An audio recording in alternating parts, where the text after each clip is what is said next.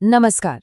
आज हम एक ऐसी हस्ती की कहानी में उतरने वाले हैं जो है तो चट्टान और मिट्टी की, पर उसकी आत्मा वो खुद समय जितनी पुरानी है। हम भारत के एकदम दिल में उतरकर अरावली पर्वतमाला की कहानी जानेंगे। तो चलिए, एक सवाल से शुरुआत करते हैं। क्या कोई हमारे ग्रह के एक ऐसे हिस्से से मिलना चाहेगा जो डायनासोर के आने से भी, सोचिए, उससे भी पहले का गवाह है? तो ये है अरावली। देखिए, ये सिर्फ पहाड़ों की एक लाइन नहीं है। ये भारत की सबसे पुरानी फोल्ड माउंटेन रेंज है। इसको ना एक तरह से एक जिंदा जीवाश्म, एक लिविंग फॉसिल की तरह समझिए। हमारी धरती के इतिहास का एक खामोश गवाह। ठीक है, तो इस पूरी कहानी को ना हम परत दर परत खोलेंगे। सबसे पहले देखेंगे कि इसका जन्म कैसे हुआ, फिर इसके विशाल विस्तार को नापेंगे। ये भी जानेंगे कि इसने अपने आसपास जिंदगी को कैसे पाला पोसा है। आज के ज़माने में इसका क्या रोल है, इसके सामने कौन से खतरे खड़े हैं, और हाँ, आखिर में इसके भविष्य पर एक बहुत ज़रूरी सवाल भी उठाएंगे। तो चलिए, पहले पड़ाव पर चलते हैं। धरती का एक प्राचीन प्रहरी। और हाँ, तैयार हो जाइए, हम वक्त में बहुत बहुत पीछे जाने वाले हैं। ये बात वाकई सच में हैरान कर देने वाली है। अरावली का जन्म हुआ था प्री कैम्ब्रियन एरा में। ये वो वक्त था जब हमारी धरती पर कॉम्प्लेक्स लाइफ, मतलब जटिल जीवन, शुरू भी नहीं हुआ था। सोच कर देखिए जरा। फिर करोड़ों सालों तक हवा और पानी ने इसे धीरे धीरे तराशा, और आज हम जो इसका रूप देखते हैं ना, वो उसी एक अविश्वसनीय लंबे सफर का नतीजा है। तो अब सवाल ये है कि ये प्राचीन पर्वतमाला आज हमारी धरती पर कहाँ है, कैसी दिखती है, इसका विस्तार और इसकी पहचान क्या है। चलिए देखते हैं। ये कोई छोटा मोटा सफर नहीं है, बिल्कुल नहीं। अरावली करीब करीब 800 किलोमीटर तक फैली हुई है। इसका सफर गुजरात से शुरू होता है, फिर राजस्थान के एक बहुत बड़े हिस्से को चीरते हुए हरियाणा से गुजरती है और आखिर में दिल्ली में आकर थम जाती है। इसका रास्ता देखिए, साउथ वेस्ट से नॉर्थ ईस्ट की तरफ। ऐसा लगता है जैसे जमीन पर किसी ने एक विशाल रीढ़ की हड्डी रख दी हो। देखिए, हर पर्वतमाला की अपनी शान होती है, उसकी सबसे ऊंची चोटियां। अरावली की बात करें तो इसके सबसे ऊंचे शिखरों में आते हैं अचलगढ़, सैर, और इन सब में सबसे ऊंचा गुरु शिखर। और ये सभी राजसी शिखर राजस्थान में ही हैं। तो यहाँ सबसे जरूरी बात जो याद रखनी है वो ये है कि अगर कोई पूछे कि अरावली का ताज किसके सर पे है, तो जवाब सीधा है गुरु शिखर।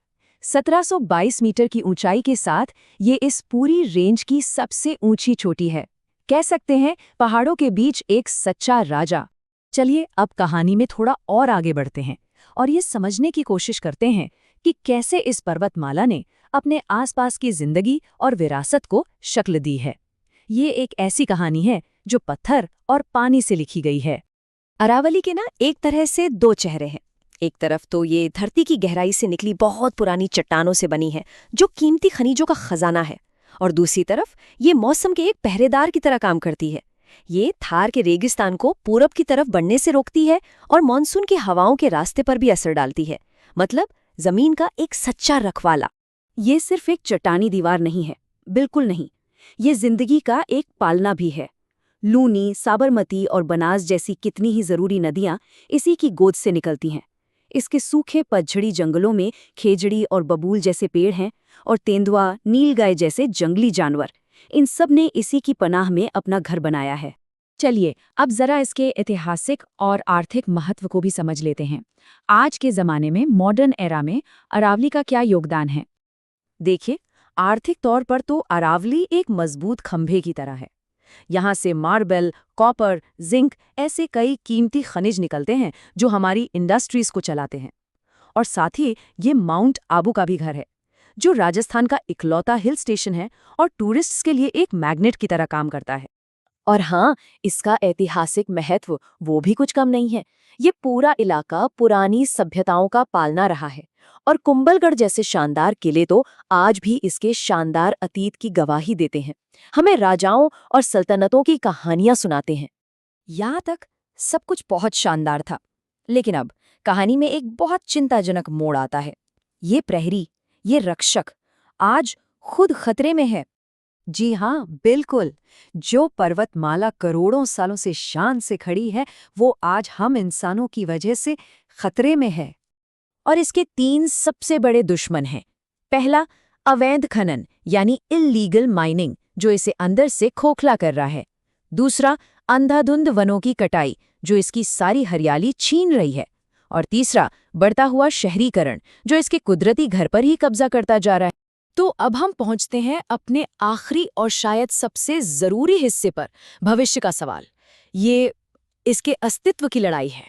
ये सिर्फ एक कहावत नहीं है, ये एक अटल सच्चाई है कि अरावली उत्तर भारत की जीवन रेखा है, उसकी लाइफलाइन है। लेकिन सवाल ये है, ऐसा क्यों कहा जाता है? इसे बचाना इसलिए जरूरी है क्योंकि यही तो उस जमीन के पानी को रिचार्ज करने में मदद करती है जिस पर हम सब निर्भर हैं। ये उस हवा को साफ करती है जिसमें हम सांस लेते हैं। ये उन अनगिनत जीव जंतुओं की रक्षा करती है जो हमारे ग्रह को खूबसूरत बनाते हैं। और सबसे बढ़कर ये हमारी एक अनमोल कुदरती विरासत है, एक ऐसी धरोहर जिसे हमें आने वाली पीढ़ियों के लिए बचाना ही होगा, हर हाल में। तो आखिर में हम इसी एक सवाल पर आकर रुक जाते हैं। इस प्राचीन प्रहरी को, इस लाइफलाइन को, इस अनमोल विरासत को बचाने के लिए हमारा अगला कदम क्या होना चाहिए?